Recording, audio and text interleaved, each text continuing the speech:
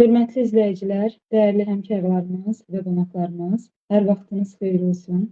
Sizləri Azərbaycan Gənc Müəllimlər Assosiasiyasının sertifikasiyaya hazırlaşan müəllimlərə dəstək marafonu çərçivəsində keçirilən webinarda xoş gördük. Qeyd edək ki, webinar ARTI və AHİ-nin dəstəyi ilə həyata keçirilir. Gəlin görüşümüzün qonaqlarını təqdim edək. Bugünkü görüşümüzün qonaqları Azərbaycan Gənc Müəllimlər Assosiasiyasının sədri Pərvinə Qədimova, Azərbaycan Respublikası Təhsil İnstitutunun təhsil verənlərin peşəkar inkişafı mərkəzinin direktoru Nəzakət Mehdiyeva, ARTI təhsil işçilərinin sertifikatlaşdırma şöbəsinin əməkdaşı Fəridə Həsənli, Sumqayıt Dövlət Universitetinin Elm və İnnovasiyalar üzrə prorektoru, Kimya üzrə fəlsəfə doktoru, dosent Elşad Abdullayevdir. Webinarımızın moderatoru mən Azərbaycan Gənc Müəllimlər Assosiasiyasının fənn birliklərindən biri olan Gənc Kimya Müəllimləri Birliyinin və MİTK-nın sədri Vəfa Kərimli olacaq. Gəlin webinarımıza başlayaq. Əziz izləyicilər, bir daha qeyd edək ki, webinarımız sertifikasiyaya hazırlaşan müəllimlərə dəstək məqsədi ilə təşkil olunmuşdur. Webinarda sertifikasiya imtahanının mahiyyəti, təşkilatı və inzibati məsələlər açıqlanacaq. Həmçinin sizlərin sualları cavablandırılacaq. Gördüyünüz kimi platformamız aktivdir. Siz qonaqların çıxışı zamanı rəy qismində öz şərhlərinizi yazaraq suallarınıza cavab tapa bilərsiniz. Ümid edirik ki, görüşümüz çox faydalı olacaq. Gəlin başlayaq. Çıxış üçün sözü Pərvinə xanıma ötürək. Pərvinə xanım, sertifikasiya imtahanlarında müəllimlərə dəstək çərçivəsində hansı işlər görülməkdədir? Buyurun. Çox sağ olun Vəfa xanım. Birinci növbədə müəllimlərimizi və qonaqlarımızı salamlayıram. Hörmətli izləyicilər, adma olaraq ilk gündən etibarən, yəni 5 mart tarixindən etibarən bugünkü günə qədər artıq 4 fənn üzrə webinarımız olub və bu webinarlarda ümid edirik ki, müəllimlər tərəfindən, eyni zamanda mütəxəssislər tərəfindən müxtəlif məzmunlu, həm məzmunla bağlı, həm təşkilati, hüquqi məsələlərlə bağlı bir sıra məsələlərə aydınlıq gətirilib və onların sualları cavablandırılır və müəllimlər də bundan faydalanıblar. Növbəti etapda isə sabah, yəni informatika fənn müəllimləri üçün webinar olacaq. Gələn həftənin birinci günü, yəni 17 mart tarixində isə metodika və pedaqogikaya görə webinar təşkil olunacaq ki, bura bütün fənn müəllimləri qoşulmalıdır ki, onlar da metodika və pedaqogikaya dair bütün suallarını cavablandıra bilsinlər, yəni cavablarını ala bilsinlər. Amma əlavə olaraq, yəni təkcə AQMA-nın deyil, mən müəllimlərə məsləhət görərdim ki, Təhsil TV-nin efirində bu həftənin birinci günündən etibarən, yəni 10 mart tarixindən etibarən mütəmadi olaraq hər gün saat 19:30-da verilişlər yayımlanır və həmin verilişlərdə müəllimlər mövzular üzrə müxtəlif test nümunələrinin izahları ilə tanış olurlar. Yaxşı olar ki, həmin verilişi də mütləq izləsinlər. Qeyd edeyim ki, veriliş Təhsil İnstitutunun dəstəyi ilə çəkilir. Həmçinin Təhsil TV-nin həm Facebook, həm də YouTube səhifəsində də yayımlanır. Eyni zamanda bununla bərabər müxtəlif webinarlar və digər işlər də görülür ki, birazdan bizim qonaqlarımız, spikerlərimiz bu haqda ətraflı məlumat verəcəklər. Mənim sözüm bu qədər. Sözü spikerlərə ötürmək istəyirəm. Çox sağ olun. Çox təşəkkür edirik. Məlum olduğu kimi sertifikatlaşdırma dövlət ümumi təhsil müəssisələrində pedaqoji fəaliyyətlə məşğul olan ali və orta ixtisas təhsilinə malik təhsil verənlərin peşəkarlıq səviyyələrinin yoxlanılması məqsədi ilə aparılır. Və belə bir sual olunur. Sertifikatlaşdırmanın nəticəsi hansı məsələlərdə nəzərə alınacaq? Gəlin bu sualı cavablamaq üçün Nəzakət xanıma müraciət edək. Buyurun Nəzakət xanım, sertifikatlaşdırmanın nəticəsi hansı məsələlərdə nəzərə alınacaq? Axşamınız xeyir. Mən də hörmətli dinləyicilərimizi salamlayıram və bir daha bir neçə dəfə keçən vaxtlarda artıq biz müxtəlif auditoriyalar, fənn müəllimlərinin auditoriyaları qarşısında çıxış eləmişik və indi artıq növbəti bugün kimya müəllimləri ilə görüşürük. Hamısına uğurlar arzulayıram gələcək sertifikatlaşdırma imtahanında və ümumiyyətlə bu prosesdə. Və sualınızı cavab olaraq onu bildirmək istəyirəm ki, sertifikatlaşdırmanın bəli dediyiniz kimi əsas məqsədi, məqsədindən də göründüyü kimi Əgər məqsəd müəllimin, təhsil verənin peşəkarlıq səviyyəsini ölçmək, yoxlamaq və ona uyğun olaraq həm öyrənmə ehtiyaclarını müəyyən eləmək, eyni zamanda müəllim əməyini, təhsil verənin əməyini qiymətləndirib dəyərləndirməkdirsə və bu da maddi cəhətdən stimullaşdırma kimi həyata keçirilir. Belə olan halda demək burada təhsil verənin qazandığı bir çox şeylər var. Bunlardan ilk növbədə hamımız, bütün demək auditoriyada yəqin bizi dinləyənlər üçün ən maraqlı tərəf sözsüz ki, əmək haqqına əlavələrlə bağlıdır. Bu müəllimlərimizin maddi rifah halının yaxşılaşdırılmasına sözsüz ki, birbaşa təsir edən faktordur. Ona görə çox mühümdür. Həmçinin demək 10% bütün minimal limiti keçən, yəni minimal sayda suallara cavab verən təhsil verənlərin əmək haqqına artım 10%, bunu artıq bilirlər. Yəqin ki, sadəcə olaraq mən təkrarlamaq özümə borc bilirəm. Daha yüksək, yəni 51-dən çox bal toplayan müəllimlərimiz üçünsə imtahandan gedir söhbət. Bunun üzərinə çox vaxt soruşurlar ki, müsahibə balda gəlirmi və s. Bu yalnız imtahan nəticəsi olaraq hesablanır və 51-dən yuxarı bal toplamış müəllimlərin isə 35% maaş, demək əmək haqqısına artım nəzərdə tutulur. Məncə bu doğrudan da yaxşı bir demək qayğıdır, müəllimə göstərilən, verilən stimuldur. Eyni zamanda, amma məncə bu işin maddi tərəfi olsa da, burada vacib məqamlardan biri həm də işin mənəvi tərəfidir. Çünki müəllimlərimiz bu prosesdə çox tanınırlar. İlk növbədə özləri öz qarşılarında, belə deyək, bir növ imtahanı özləri üçün verirlər. Yəni, indiyə qədər öz müəllimliyini necə bir professionallığa sahib olduğunu göstərmək üçün onlar üçün yaxşı bir meydan açılır və onlar bu imtahandan yaxşı nəticələrlə çıxmaqla ilk növbədə məktəbində tanınırlar, müəllim yoldaşlarının arasında, valideynlər arasında, şagirdlər arasında hörmət qazanırlar və eyni zamanda onların karyerasında böyük irəliləyişlər etmək üçün yaxşı imkanlar açılır. Bu hansı karyer imkanlarıdır? Bu iki tərəfli ola bilər. İlk növbədə müəllim artıq yüksək bal, yəni fənninin məzmunu ilə bağlı və tədrisi metodikası ilə bağlı yüksək bal toplamış müəllim artıq sinifdə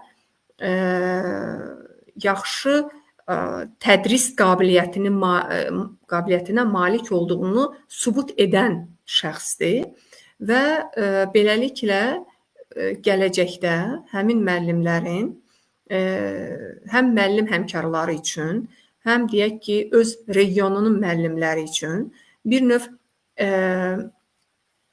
öz həmkarına dəstək göstərmək və yaxud da ona bir metodist köməyi etmək və bu yolla irəliləmək, daha yüksək məqamlara çatmaq imkanı olur.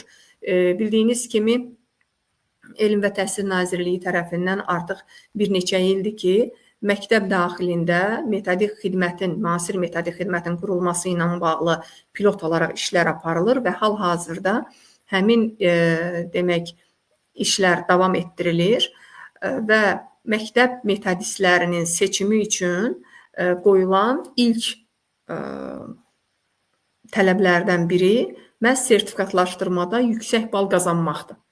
Ona görə həmin yüksək bal müəllimin, belə deyək də, digər həmkarlarını öyrətmək, digərlərinin onun əməyindən, onun bacarığından, biliyindən, təcrübəsindən yararlanmaq kimi bir faydalı iş ortaya qoymaq imkanı yaranacaq. O cümlədən gələcəkdə bəlkə regionda, ola bilsin ki, ümumiyyətlə ölkədə tanınmış metodistə çevrilmək və yaxud da ki, öz karyerasını daha başqa bir sahədə, məsələn, deyək ki, məktəb rəhbəri kimi yoxlamaq və s. Yəni, bu sahələrdə də sözsüz ki, artıq bir neçə dəfə səsləndirildiyi kimi, bu sahədə də sözsüz ilk addım olaraq, ilk tələb olaraq bir müəllimin sertifikatlaşdırma nəticəsi bundan sonra həmişə əsas götürüləcəkdir. Yəni sertifikasiyada yaxşı bal toplamaq müəllim üçün onun gələcəyində karyera imkanlarını müəyyənləşdirən ən mühüm amillərdən bəlkə də birincisidir. Ətraflı məlumat üçün çox sağ olun. Növbəti sualımız isə belədir ki, məlumdur ki, imtahan, test və müsahibə mərhələsi olmaqla təşkil olunur. Bəs müsahibə mərhələsinin meyarları hansıdır? Yəni müəllimlər hansı meyarlarla qiymətləndirilir? Nəzakət xanım, buyurun. Təşəkkür edirəm. Deməli, müsahibə mərhələsi bildiyimiz kimi sırf müəllim fəaliyyətinin, yəni sinifdəki fəaliyyətin nümayişinə belə deyək də imkan yaradan bir prosesdir.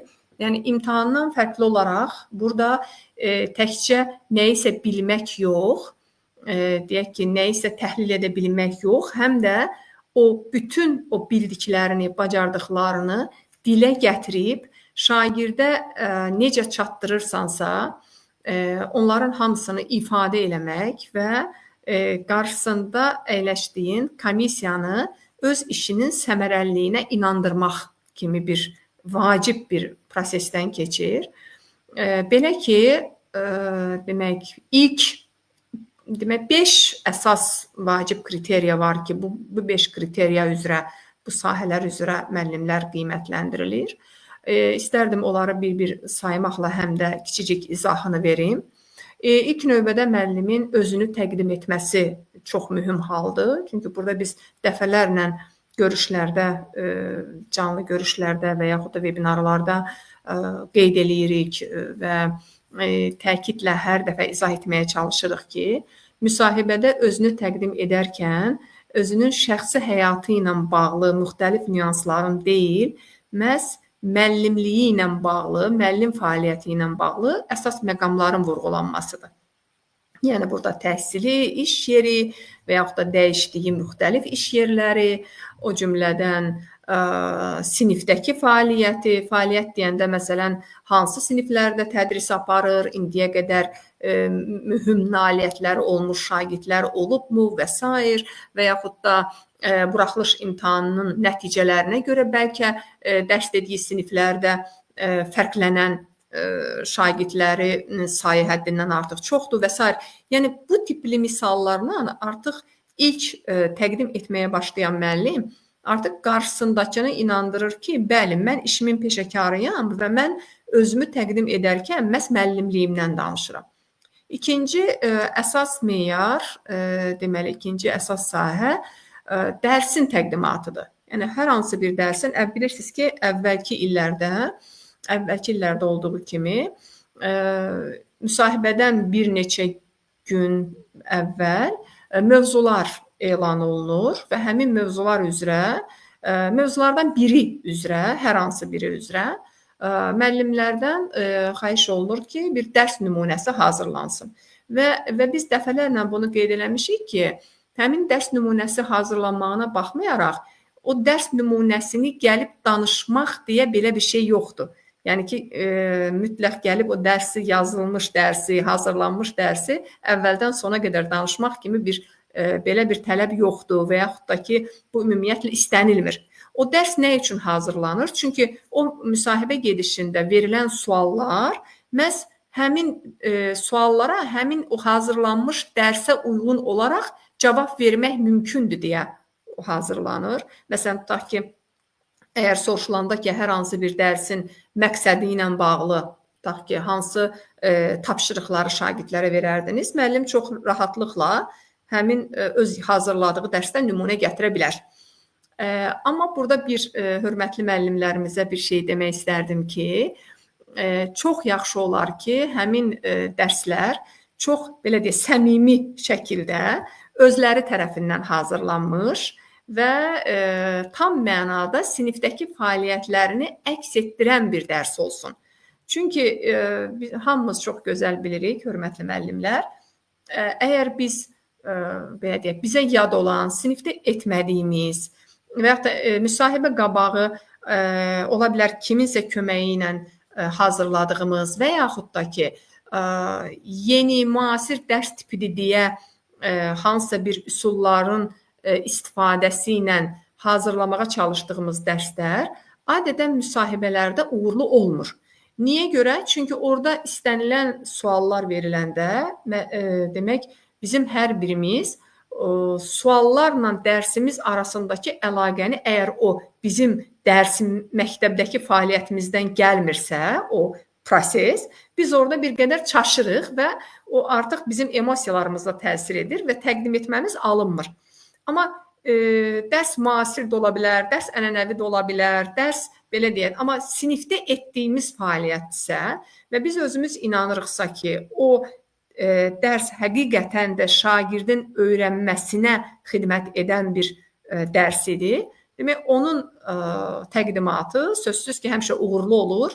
Niyə görə? Çünki müəllim artıq onu neçə dəfələrlə, bəlkə hər günmü, yoxsa həftədə bir neçə dəfəmi o tipli dərslər keçir və əmindir ki, dərsini belə öyrədəndə şagirdlər həqiqətən də öyrənə bilirlər və bundan da danışanda bundan sonraki addım necə olacaq artıq onu bilir və hansı sual olur olsun, sağdan, soldan, hardan soruşursan soruş, o sualların cavablandırılması çətin olmur.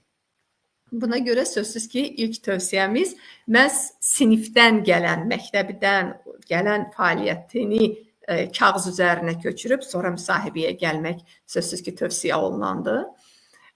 Üçüncü vacib kriteriya bu şagird nailiyyətlərinin qiymətləndirilməsi ilə bağlıdır. Burada müəllimlərimiz daim nailiyyət eşitdiklərinə görə deyirlər ki, suallar yalnız summativ qiymətləndirmə ilə bağlıdır.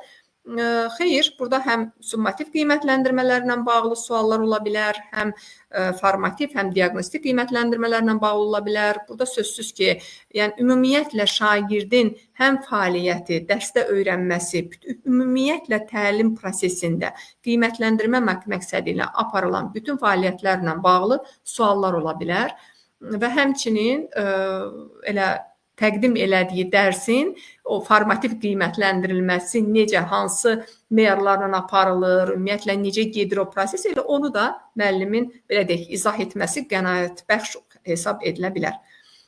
Növbəti pedaqoji prosesin təşkili adlanır, belə bir tələb bu kriteriya. Bu nədir? Bu ümumiyyətlə müəllimin o pedaqoji proseslə bağlıdır. Yəni dərsdə müəllim nə edir? Həm metodik cəhətdən, həm pedaqoji cəhətdən. Burada şagirdlərlə münasibətdən tutmuş da deməli ən səmərəli öyrənmə mühitinin yaradılmasına qədər bütün məsələlər əhatə oluna bilər. Nəhayət növbəti kriteriya ünsiyyət bacarığıdır müəllimin. Burada məsələn belə yanaşsaq ki, müəllimin ünsiyyət bacarığını üzə çıxarmaq üçün burada müxtəlif situasiyalar təklif oluna bilər ki, müəllim o situasiyalar ki, sinifdə baş verir, yəni müəllim ondan hər gün dərsdə rastlaşır və o situasiyalara müəllimin reaksiyası necə olur, bu tipli məsələlər soruşula bilər. Eyni zamanda müəllimdən soruşula bilər ki, deməli, konkret olaraq valideynlə münasibətlərdə, məktəb rəhbəri ilə münasibətlərdə, müəllim yoldaşları ilə, həmkarları ilə münasibətlərdə, hər hansı bir situasiyada hansı fəaliyyətləri həyata keçirir və bir də komissiyada sözsüz ki, işin başlanğıcından müəllimin emosional vəziyyəti, fikrini ifadə edərkən nə qədər həyəcanlı olması, sözsüz ki, burada həyəcan deyəndə adətən müəllimlər həmişə belə reaksiya verirlər ki, aha bu müsahibədir, müsahibə də çox mühüm bir prosesdir, imtahanın bir hissəsidir, müsabiqənin bir hissəsidir ümumiyyətlə sertifikatlaşdırmanın. Ona görə bu həyəcan olmalıdır. Əlbəttə biz də deyirik ki, olmalıdır, sözsüz, amma həyəcan müsahibənin şərtlərindən irəli gələn həyəcan bir başqa, amma ümumiyyətlə belə deyək, səs tonundakı hər hansı bir aqressivlik və yaxud da suallara cavab verərkən hər hansı bir şagirdlərlə xüsusən münasibətdə fəaliyyətlərin göstərdiyi hər hansı bir psixoloji durumla bağlı o da dəyərləndirilir və ümumi ballar üzrə Maksimal olaraq bu 40 baldır. Amma cəmi 20 bal kifayətdir ki, müəllimlər müsahibə mərhələsindən də uğurla keçmiş hesab olunsunlar və 5 illik növbəti sertifikatlaşdırma dövrünə qədər uğurlu müəllim olaraq sertifikatlarını alsınlar və öz işlərini, peşələrini davam etdirsinlər. Çox təşəkkür edirik Nəzakət xanım. Bir izləyicimizdən belə bir sual daxil olub. Gülnar Babayeva yazır ki, salam, sınaq imtahanında uyğun sertifikasiya imtahanı olacaqmı? Yəni, demək istəyir ki, sınaq imtahanları sertifikasiya imtahanına uyğun olacaqmı? Təşəkkür edirəm. Demək, biz artıq əvvəlki görüşlərdə sınaq imtahanlarının olacağı ilə bağlı danışmışdıq bütün fənlər üzrə. İndi yəqin müəllimə də bunu eşidib və indi onu narahat edən əsas məsələ bu imtahana uyğun olacaqmı deyə soruşur. Deməli, bəli. Ümumiyyətlə sınaq ona görə keçirilir ki, çünki onun imtahana uyğun olmaması tamamilə belə bir sınağın keçirilməsi mənasız olardı.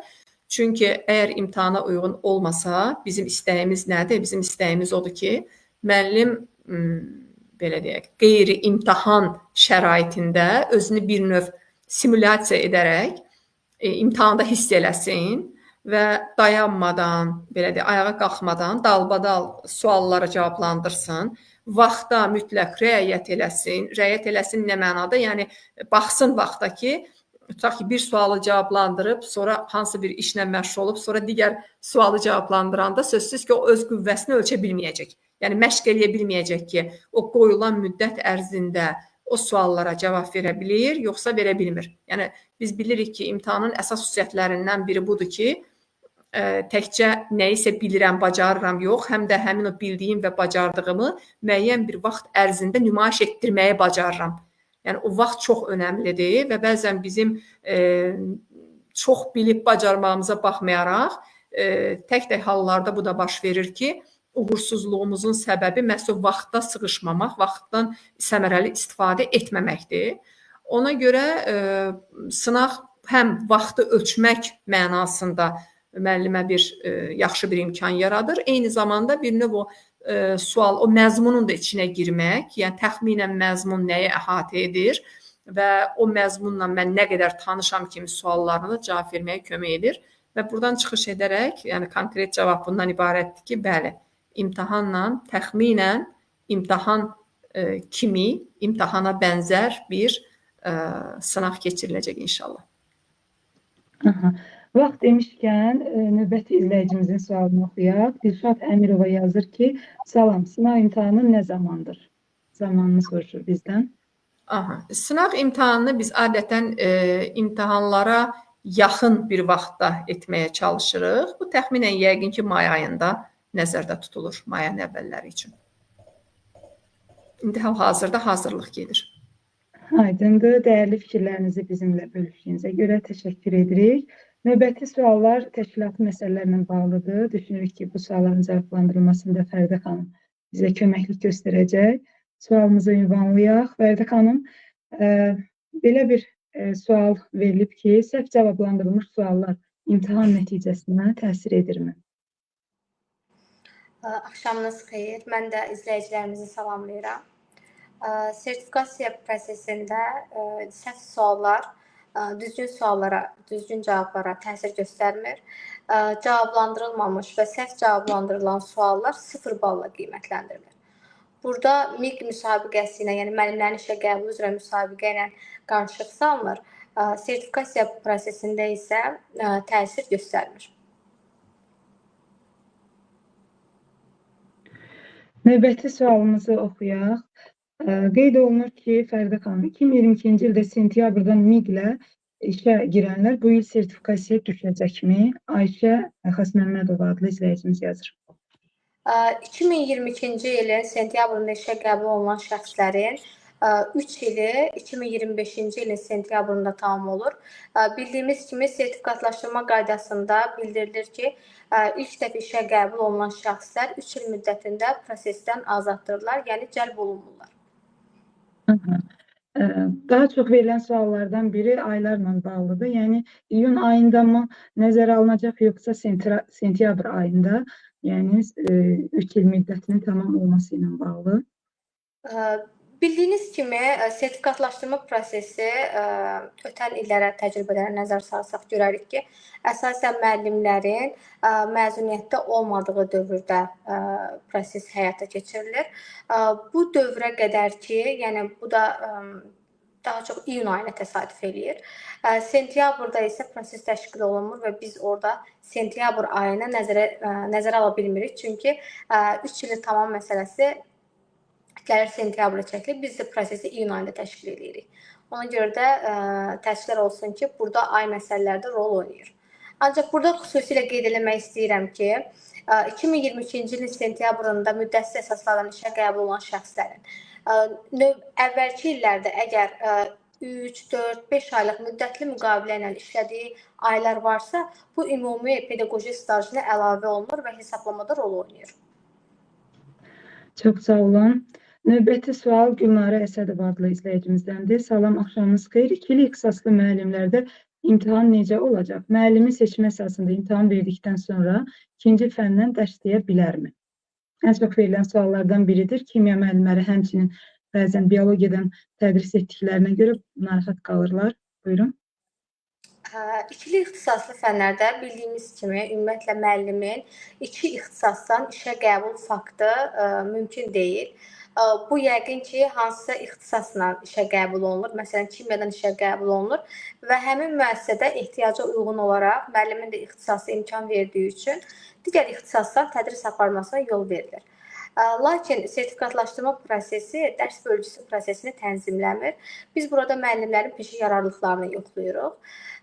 Buna müvafiq olaraq da müəllim əmək müqaviləsində işə qəbul olunduğu fən hansı fəndirsə, sertifikatlaşdırma prosesinə də həmin fənlə cəlb olunur. Çox sağ olun. Əmrah Hümbətov yazır ki, sertifikasiya balı ilə Bakıya yer dəyişmə olacaqmı? Olsa yaxşı olar. Ötən illərdən biz artıq başladıq. Sertifikatlaşdırma prosesinin nəticələri ilə yer dəyişmə müsabiqəsində iştirak etmək mümkündür. Lakin Bakı, Sumqayıt və Abşeron rayonlarında bu regionlarda olan müəssisələrə yer dəyişmə eləmək üçün mütləq əgər regionlarda yer dəyişmə olunursa, müəllimlərin işə qəbulu üzrə müsabiqədə iştirak etmək lazımdır. Amma digər regionlara yer dəyişmək üçün sertifikatlaşdırma balından istifadə oluna bilər. Aydındır. Növbəti sualımız Aslan Hacızadə tərəfindəndir. İkili ixtisaslı müəllimlər gələcəkdə də olsa sertifikasiya imtahanına cəlb olunacaqmı? Yəqin ki, növbəti ixtisası nəzərdə tutur. Növbəti illərdə hər hansı bir qərar dəyişikliyi olduğu təqdirdə əlbəttə ki, bu əvvəlcədən elan olunacaq. Ancaq cari qaydalara əsasən yalnız bir fənn üzrə sertifikatlaşdırma nəzərdə tutulur. Fərdi xanım, növbəti bir sual daha səslənir. Aliyə Aliverdiyeva deyir ki, salam, miqdən sonra könüllü olaraq sertifikasiyada iştirak etmək olurmu? Sertifikatlaşdırma prosesi könüllü xarakter daşımır, bu icbari bir prosesdir. Burada könüllü şəkildə iştirak etmək hüququ yalnız 60 yaşdan yuxarı olan şəxslərə verilir. Lakin 3 ildən az pedaqoji stajı olan şəxslər 3 illərini gözləməlidirlər ki, tamam olsunlar, daha sonra prosesə cəlb olunacaqlar. Daha bir maraqlı sual var. Bəzən müəllimlər öz nəticələrindən razı qalmır. Tutaq ki, istədiyi balı toplaya bilməyib. Sual verilir ki, növbəti il həmin balı yüksəltmək üçün imtahanlarda iştirak edə bilərmi, yoxsa mümkün deyil? Mən burada Nəzakət xanımın sözünə qüvvət olaraq bildirmək istəyirəm ki, həmin müəllim artıq orada öz təlim ehtiyaclarını müəyyən etmiş olur. Və 5 il müddətində də həmin təlim ehtiyaclarına uyğun olaraq da özünü inkişaf elətdirə bilər və 5 ildən sonra yenidən sertifikasiya prosesinə cəlb olunanda artıq öz nəticəsini yüksəldə bilər. Ancaq hər il belə cəlb olunmaq təəssüf ki, yoxdur. Çox təşəkkür edirik. Gəlin növbəti sualın cavabı üçün Nəzakət xanıma müraciət edək. Nanə Bəylər adlı izləyicimiz yazır ki, salam, MİQ imtahanında dünya görüşünə aid suallar olur. Sertifikasiyada da olurmu? Belə bir sual ünvanlayıb. Xeyr, bildiyiniz ki, mən 5 kriteriya vardı, 5 əsas meyar vardı və onu da sadaladım. Dünya görüşü ilə bağlı sertifikatlaşdırma prosesində bir sual olmur. Aha. Samirə Məmmədova adlı izləyicimiz yazır ki, sualların çətinlik dərəcəsi necə müəyyən olunur? Sualların çətinlik dərəcəsi haqqında nəyi demək olar? Məsələ burasındadır ki, bütün imtahanlarda fərqi yoxdur. Şagirdlər üçün imtahan, müəllimlər üçün imtahan, hər hansı bir sahəyə girişlə bağlı imtahan fərqi yoxdur. Bütün imtahanlarda adətən asan, orta, çətin suallar olur. Yəni bu imtahanın mahiyyəti bundan ibarətdir.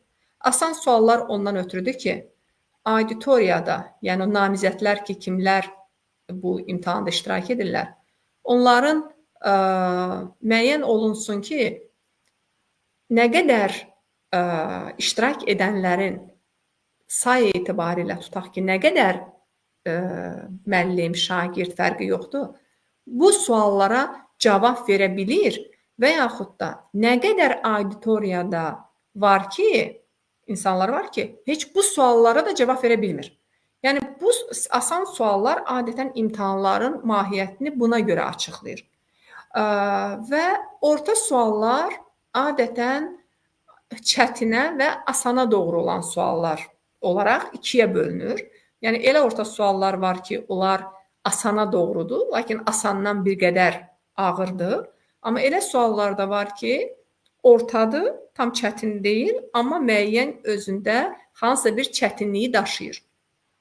Və eyni zamanda çətin suallar da olur imtahanlarda ki, bunlar məhz o ən çox bilənlərimi deyim, yoxsa ən çox bacaranlarımı deyim, yoxsa ən çox təcrübəsini bölüşməyi bacaranlarımı deyim. Yəni bunu necə adlandırsaq fərqi yoxdur.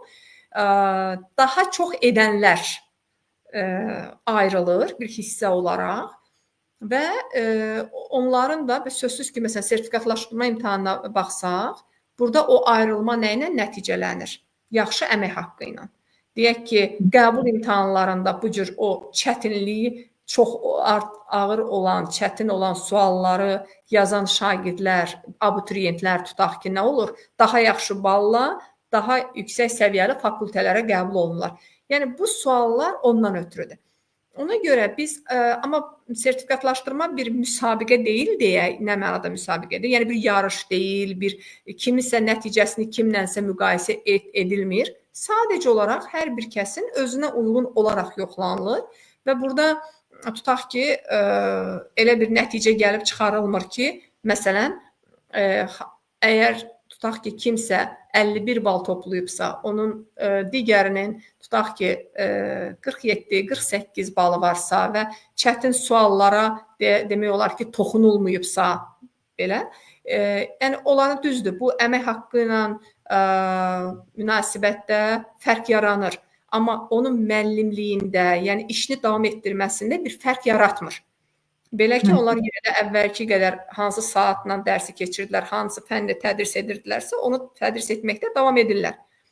Amma gələcək üçün sözsüz ki, belə deyək də, çətin sualların ümumiyyətlə sayı heç vaxt artıq olmur. Onlar müəyyən az sayda olurlar bütün imtahanlarda və bu belə deyək, ən yaxşıları ayırmağa kömək etmək üçündür. Və hal-hazır ki, bugün danışdığımız kimyanın da sertifikatlaşdırma imtahanında da çox güman ki, biz bunu güman edirik, amma bu belə olmalıdır. Bunsuz imtahan ola bilməz, çünki bu imtahanın əsas prinsipidir. Suallar yenə də asan, orta və çətin olaraq qruplaşdırılacaqdır yəqin ki. Adətən çətin sualların sayı dediyim kimi daha az təşkil edir. Bütün imtahanlarda olduğu kimi. Digərləri isə daha çox orta suallar olur ki, və o ortada olan belə də kütlə, o daha çoxluq üzə çıxsın, hansılar ki, bugün məktəblərdə əsas dayaq məhz həmin müəllimlərdir. Məhz o belə də külünk çalan, ondan sonra biliyini, bacarığını şagirdlərlə bölüşən, bax o məsələn ola bilər ki, 51-ə çatmayıb, amma ondan az olaraq bal toplayıb, amma özünə məxsus məktəbdə nailiyyətli olan müəllimlərdir. İnşallah çox arzu edərik ki, kimya müəllimlərimiz, çünki kimya müəllimlərimizin sayı da çox deyil ölkədə və kimya müəllimlərimiz yəqin ki, bizi çox sevindirərlər və daha yaxşı nəticələr göstərib, heç belə deyək, biz əmin olarıq ki, böyük əksəriyyəti həm nəinki orta sualları, hətta çətin səviyyəli sualları da cavablandırıb ən yüksək balı qazanmış olsunlar inşallah. Ümid edək. Ətraflı məlumat üçün təşəkkürümü bildirirəm. Suallardan danışmışkən məzmunla bağlı gəlin verilən sualları Elşad müəllimə ünvanlayaq. Elşad müəllim, soruşulur ki, imtahan sualları hansı mövzuları əhatə edir? Zəhmət olmasa bununla bağlı məlumat verəsiniz. Salam, mən auditoriyanı salamlayıram, kimya müəllimlərini salamlayıram və axır ki, kimya müəllimlərinə də sertifikasiyada vaxt gəlib çatdı. Və bu prosesi mən düşünürəm ki, müəllimlər uzun bir müddətdir gözləyirdilər və onların əvvəlki fənlərdən olan sertifikasiya prosesi haqqında məlumatı var və bu prosesdə onun bir ardıdır, bir halqasıdır və mən bu prosesdə hər bir müəllimə uğurlar arzulayıram. Çünki mən əminəm ki, hər bir kimya müəllimimiz tədris prosesində aktiv şəkildə iştirak edir, şagirdlərinə kimyanın dərinliklərini öyrədir və o müəllimlər üçün artıq bu sertifikasiyadan keçmək heç də çətin olmayacaqdır. Yəni, aktiv bir tədris prosesində işləyən müəllim üçün sertifikasiya adi sıradan bir imtahandır. Burada indi təşəkkür edirəm, ekranda çərçivə sənədindən kimyaya aid olan isə görsənir və burada əvvəlcə diqqət yetirək məzmun sahələrinə, maddə və maddi aləm, kimyəvi hadisələr, eksperiment və modelləşdirmə və kimyəvi həyat. Maddə və maddi aləm məzmun xəttində, çünki biz bilirik ki, kimyanın iki əsas predmeti var, bir maddədir, bir də onların çevrilməsi, yəni kimyəvi reaksiyalardır. Ona görə də sualların əksəriyyəti bu maddə və maddi aləm və kimyəvi hadisələr məzmun sahələrində toplanıbdır. Maddə və maddi aləm məzmun sahələrində tərtib olunan suallar təxminən maddələrin tərkibi, quruluşu, xassələri, onlar əsasında maddələrin formulları əsasında aparılan hesablamalar üzərində qurulur. Kimyəvi hadisələr məzmun sahəsi üzərində qurulan suallar isə əsasən baş verən çevrilmələr, bu çevrilmələr zamanı müşahidə olunan hadisələr, kimyəvi çevrilmələr, kimyəvi reaksiyalar üzrə hesablamalar və s. bunlar üzərində qurulur. Digər və göründüyü kimi cəmi 50 sualın hardasa 40 sualı bu iki sahəni əhatə edir. Digər iki sahə eksperiment və modelləşdirmə və kimyəvi həyat. Bunlar da kimya üçün çox vacib olan bir istiqamətlərdirlər. Lakin bunlar daha çox bacarığa yönəlikdir. Məsələn, ilk iki sahə biliyə daha çox yönəlikdir, digər iki sahə isə bacarığa daha çox yönəlikdir. Və ona görə də bu sahələrdən sual tərtib eləmək çətin olur. Çünki bunlar praktik hissələrdir. Adi indi qəbul imtahanlarında da göründüyü kimi bu istiqamətlər üzrə olan suallar çoxluq təşkil eləmir və yaxud da ki, ümumiyyətlə heç olmur. Və burada eksperiment və modelləşdirmə məzmun sahəsi üzrə suallar hansısa bir əslində bu məzmun sahəsi bir bacarığı yoxlayır. Yəni, müəllim hansısa bir eksperimenti aparır, onun nəticəsinə münasibət bir müşahidə aparır, nəticəsinə münasibət bildirir. Amma onu bir sual formasına da salmaq mümkündür. Hansısa bir təcrübə təsvir olunur və o təcrübədən müəllimin nəticə çıxartması tələb olunur. Və yaxud modelləşdirmə, hansısa bir prosesi modelləşdirilir, prosesin modeli təsvir olunur və yaxud bir molekulun, maddənin tərkibi, molekulun quruluşu modelləşdirilir və bu model əsasında da müəyyən məlumatlar soruşulur, suallar tərtib olunur. Kimya və həyat məzmun xəttində əsasən maddələrin, çevrilmələrin tətbiq sahələri üzərində dayanılır. Çünki burada düzdür, kurikulum sənədində burada əsasən müəllimlərdən və şagirdlərdən tələb olunur müəyyən məlumatlar toplasınlar, müəyyən layihələr hazırlasınlar və s. Amma aydındır ki, sertifikasiya imtahanı vaxtı hansısa bir müəllimin və ya hansısa bir bu imtahanda iştirak edən şəxsin layihə hazırlamaq, məlumat toplamaq və s. imkanları yoxdur və ona görə buradan olan tapşırıqlar əsasən tətbiq yönümlü, yəni maddələrin və çevirmələrin tətbiqi istiqamətində olur. Digər bu məzmun sahələri üzrə mövzular sağ tərəfdə göstərilib. Bu çərçivə sənədi ilə yəqin ki, əksər kimya müəllimlərimiz tanış olub. Çünki bu çərçivə sənədi bizim bütün suallarımızın, belə deyək, suallarımızda olan bütün məsələlərə aydınlıq gətirir. Və kimyada klassik bir yanaşma var. Kimyanı, biz orta məktəb kimyasını əsasən 3 hissəyə bölürük. Ümumi kimya, qeyri-üzvü kimya və üzvü kimya.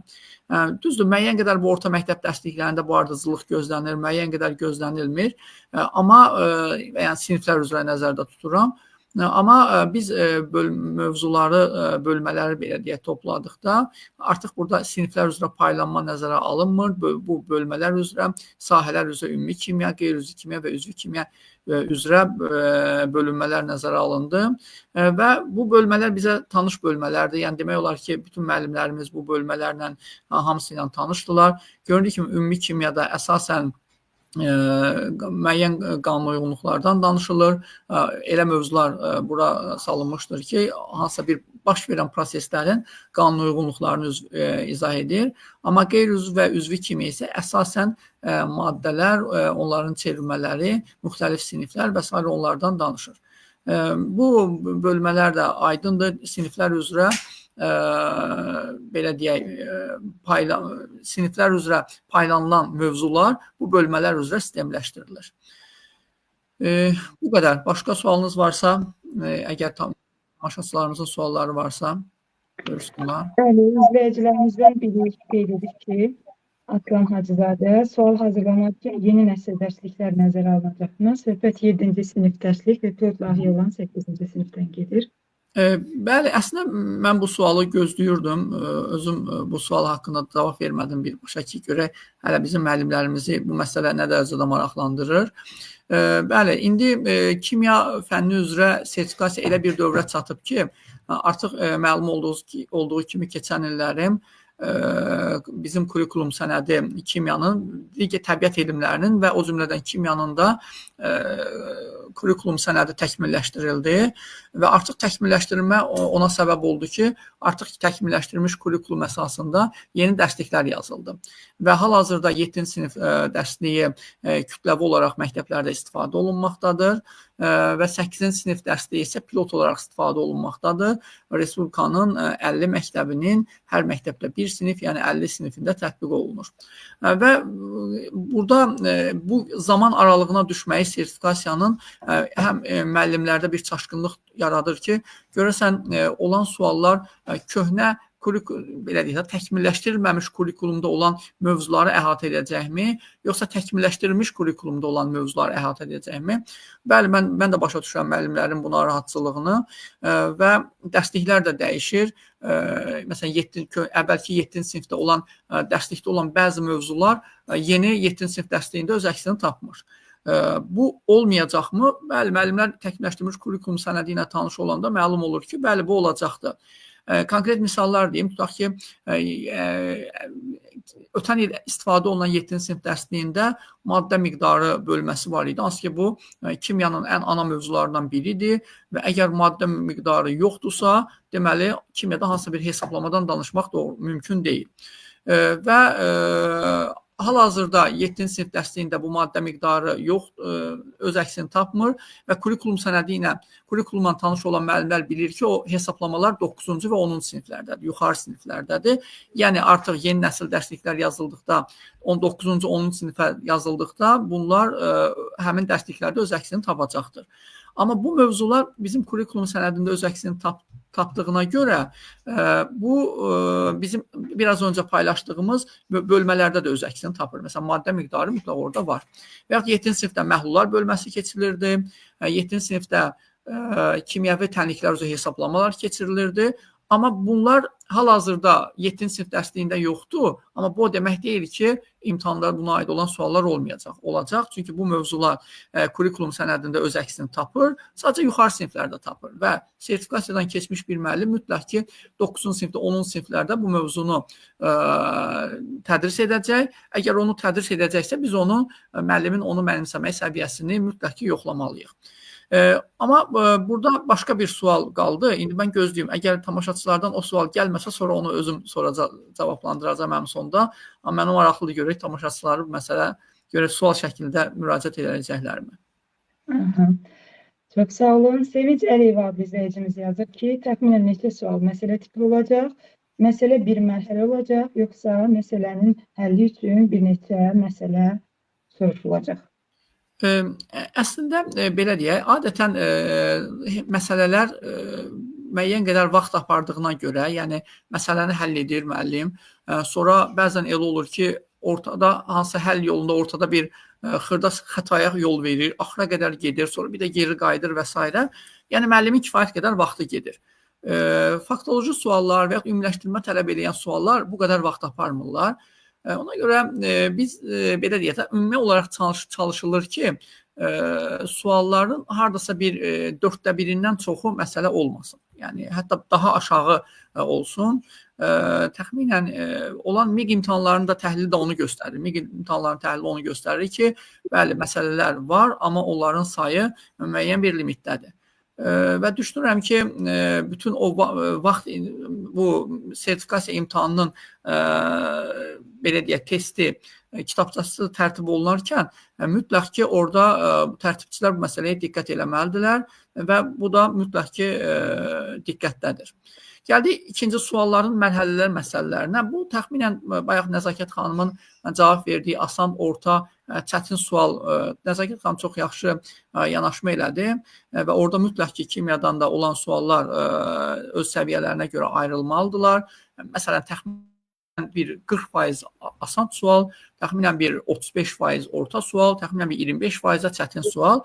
Çətin dediyimiz suallar ya material olaraq çətin ola bilər, ya da ki, mərhələ olaraq çətin ola bilər, ya məzmun olaraq, mahiyyət olaraq çətin ola bilər.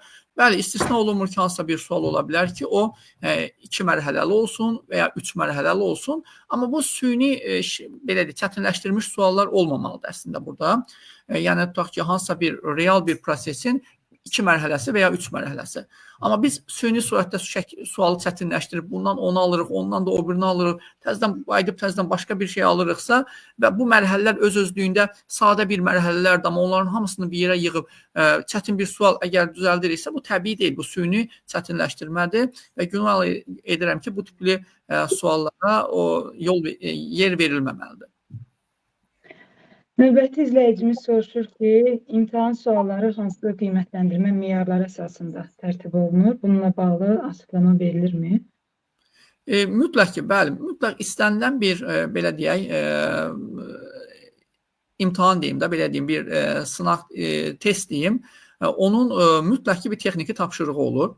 Yəni, bu texniki tapşırıq nəyi göstərir? Texniki tapşırıq onu göstərir ki, bir, suallar mütləq bütün mövzuları əhatə eləməlidir. Yəni, əgər biz, tutaq ki, burada biz çərçivə sənədində müəyyən mövzular göstərdik, bölmələr göstərdik və mütləq o suallar, 50 sual bu mövzuları əhatə eləməlidir.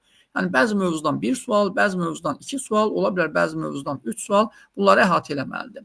İkinci məsələ çətinlik səviyyəsi, yəni hansısa bir, məsələn, ümumi kimyadan ancaq çətin suallar olsun, qeyri-üzv kimyadan asan olsun, bu şəkildə yox. Yəni, bütün o bölmələrdən mütləq ki, hər birindən asan, çətin və orta suallarda olmalıdır. Yəni, bu ümumi texniki tapşırıq və çətinlik səviyyəsində mütləq ki, əvvəlcədən müəyyən olunmalıdır ki, suallar neçə çətin sual olmalıdır, neçə asan sual, neçə orta sual və asan suallar hamısı, çətin suallar hamısı məsələm olmalıdır, yoxsa və s. Məsələn, bu da qəbul olunan deyil ki, bütün çətin suallar həm də məsələ olsun. Aydın məsələ ki, bu sertifikasiyaya qatılan müəllimlər üçün ciddi bir vaxt itkisinə səbəb ola bilər.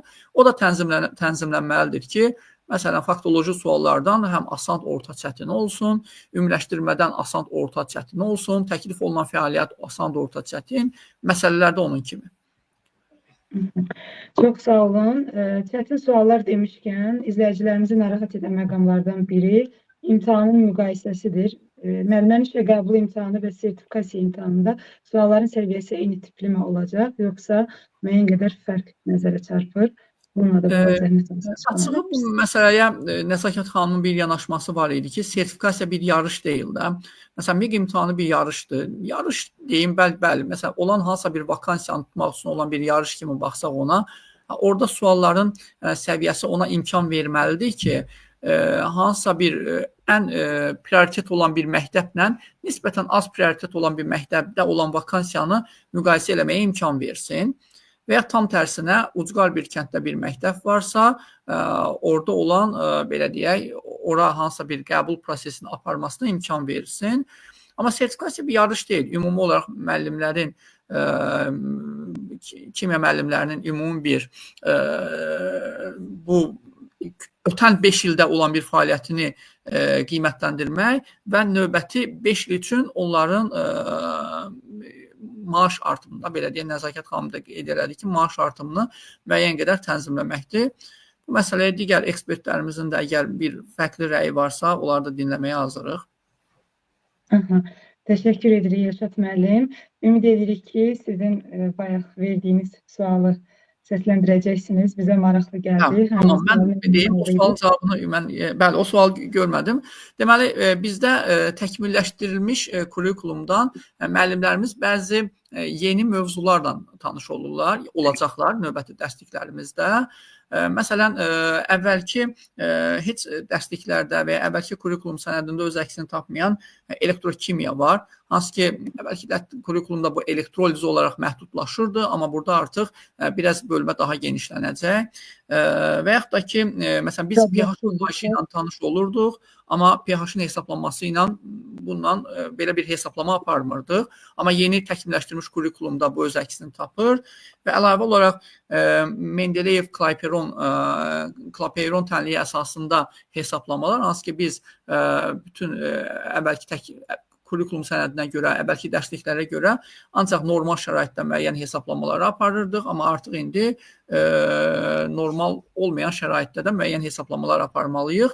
Bu suallar sertifikasiyada öz əksini tapacaqmı? Düşünürəm ki, bu hələ tezdir. Çünki müəllimlər, yəni mənim şəxsən yanaşmam budur, əgər doğru deyirəm, fikirləşmirəmsə, Nəzakət xanım da, Fərdə xanım da düzəlişlər edə bilərlər. Bu, əvvəlki 5 ilin, universitetlərin akreditasiyası da belədir. Köhnə 5 ilin fəaliyyətinə görə akreditasiya olunurlar, növbəti 5 il üçün lisenziya verilirlər. Əgər bu məsələyə belə baxsaq, biz də ötən 5 ilə görə müəllimin sertifikasiya prosesini aparırıq və ona növbəti 5 il məktəbdə işləmək lisenziyası veririk. Bu şəkildə baxsaq, bu bölmələr o setdə öz əksini tapmamalıdır. Amma nə vaxt ki, onlar dərsliklərə salınlar, növbəti 5 il olar və bizim müəllimlərimiz birinci sertifikasiyanı uğurlu keçərlər, ikinci sertifikasiyada artıq bu tipli suallar istifadə oluna bilər. Şəhnistan Nuri adlı izləyicimiz yazır ki, bəs onda 7-ci sinif dərsliyində yeni əlavə olunan məlumatlarla əlaqəli suallar düşə bilərmi? Elə bu sualın davamı olaraq səsləndirək. Əslində, bu 7-ci sinif dərsliyi kütləvi istifadədə olduğuna görə, müəllimlər artıq bunu tətbiq elədiklərinə görə bu tipli suallar istifadə oluna bilər, bəli. Amma dediyimiz kimi, yəni mütləq ki, burada o tendensiya gözlənilməlidir ki, bu materialı müəllim bir il tədris edir və ola bilər ki, hansısa bir müəllimin bu il ərzində heç 7-ci sinifi olmayıbdır və o daha yuxarı siniflərə tədris edib və onun imkanı olmayıb ki, onu tədris eləsin. Düzdür, müəllim o dərsliklə tanış olmalıdır, onu tədris eləməsə belə onunla tanış olmalıdır. Amma nəzərə alsaq ki, bəli, müəllimin həmin il 7-ci sinifi olmayıbdır bu son bir ildə və biz də onu bir il istifadədə olan dərsliklə imtahan eləyirik. Məqsədə uyğundur ki, elə bir suallar orada olmasın. Yəni 7-ci sinif dərsliyi ilə əvvəlki dərslikdə ziddiyyət olan bir məlumat yoxdur orada. Sadəcə eyni olmayan məlumatlardan istifadə olunmasın. Aydındır. Ziddiyyət demişkən, Cəmilə Çələbiyeva adlı izləyicimiz qeyd edir ki, 7-ci sinifdə oksigen qazı maddə kimi götürülür, yeni dərslikdə isə element kimi qəbul olunur. Bəs imtahanda buna bənzər sual düşə bilər, düşərsə hansı cavab düzgün variant kimi qəbul oluna bilər? Aydın məsələdir ki, bu məsələlər kifayət qədər müzakirə olunubdur və yeni dərsliklər yazılanda beynəlxalq dərsliklər əsas götürülübdür və əvvəlki dərsliklərlə çox ciddi olmayan, az üst-üstə düşməyən məqamlar var. Düşünürəm ki, bunlar sertifikasiya imtahanında mübahisə doğurur deyənə istifadə olmayacaq bu tipli tapşırıqlar. Təşəkkür edirik Əlşad müəllim, çox sağ olun ətraflı məlumat üçün. Buyurun. Növbəti sualı səsləndirmək istəyirəm. Sualı Nəzakət xanıma ünvanlayaq. Sualımız belədir ki, iclasda dedilər ki, sertifikasiyada toplanılan bal məktəbdəki saata təsir edir. Doğrudurmu? Emiliya Vaqifzadə adlı izləyicimiz yazır. Buyurun Nəzakət xanım. Sözün düzü iclasda deyiblər ki, dərs bölgüsünə təsir edir. Söhbət hansı iclasdan getdiyini bilmirəm.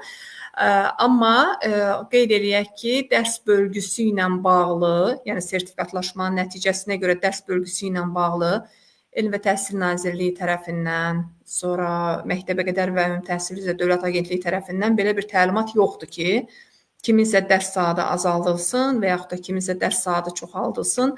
Yəni belə bir mərkəzləşdirilmiş şəkildə təlimat yoxdur. Yəni təsir etmir tam mənada niyə deyə bilmirik? Çünki başqa bir hallar ola bilər. Bizim iştirak etdiyimiz müxtəlif belə görüşlərdə də müəllimlər bunu məsəl üçün məsələni qaldırırlar ki, deyək ki, əvvəlki illərdə sertifikatlaşdırmadan keçmiş fən müəllimlərindən belə suallar olur ki, məsələn, bizim məktəbdə bir sinif bağlandı və o zaman dərs azaldığına görə məhz deyək ki, aşağı bal kimdə idisə, onun dərsi azaldı. Yəni bu kimi hallar məktəbdən məktəbə dəyişərək baş verə bilər. Bu məktəbin qərarı ola bilər, deyək ki, hansısa sözsüz ki, yüksək bal toplayan müəllimi daha çox həvəsləndirmək, onun işini stimullaşdırmaq, onu daha çox belə deyək də gələcəkdə daha maraqlı etmək öz işinə nöqteyi nəzərindən məktəb rəhbərliyi belə qərar verə bilər ki, məsəl üçün azaldılmış dərs saatı onun dərsinə deyil, digər müəllimin dərsinə təsir etsin, saatına təsir etsin. Amma bu yenə dediyim kimi, bu ancaq məktəb səviyyəsində və belə hallar yaranarsa olur. Amma digər hallardakı belə bir təlimat yoxdur ki, dərs saatları sertifikatlaşdırmadan sonra bölgüyə təsir olunsun kimi belə bir qayda yoxdur, hələ ki yoxdur. Yəqin Fəridə xanım da mənim dediklərimi təsdiq edir. Təşəkkür edirik. Fəridə xanım, növbəti sualı sizin üçün səsləndirək. Salam, mən kimya biologiya müəlliməsiyəm. Bu il biologiyadan sertifikasiyaya gedəcəm. İkinci ixtisasda nə zaman sertifikasiyaya gedə bilərəm? İki ixtisas hal-hazırda tədris edirəm. Əslində bu sualı cavablandırmışdınız. Buyurun. İkili ixtisasların hər iki fəndən sertifikatlaşdırılmasına dair hələ ki qayda mövcud deyil. Müzakirə də hələ ki olunmur, amma olunduğu təqdirdə, yəni ictimaiyyətə elan olunacaq.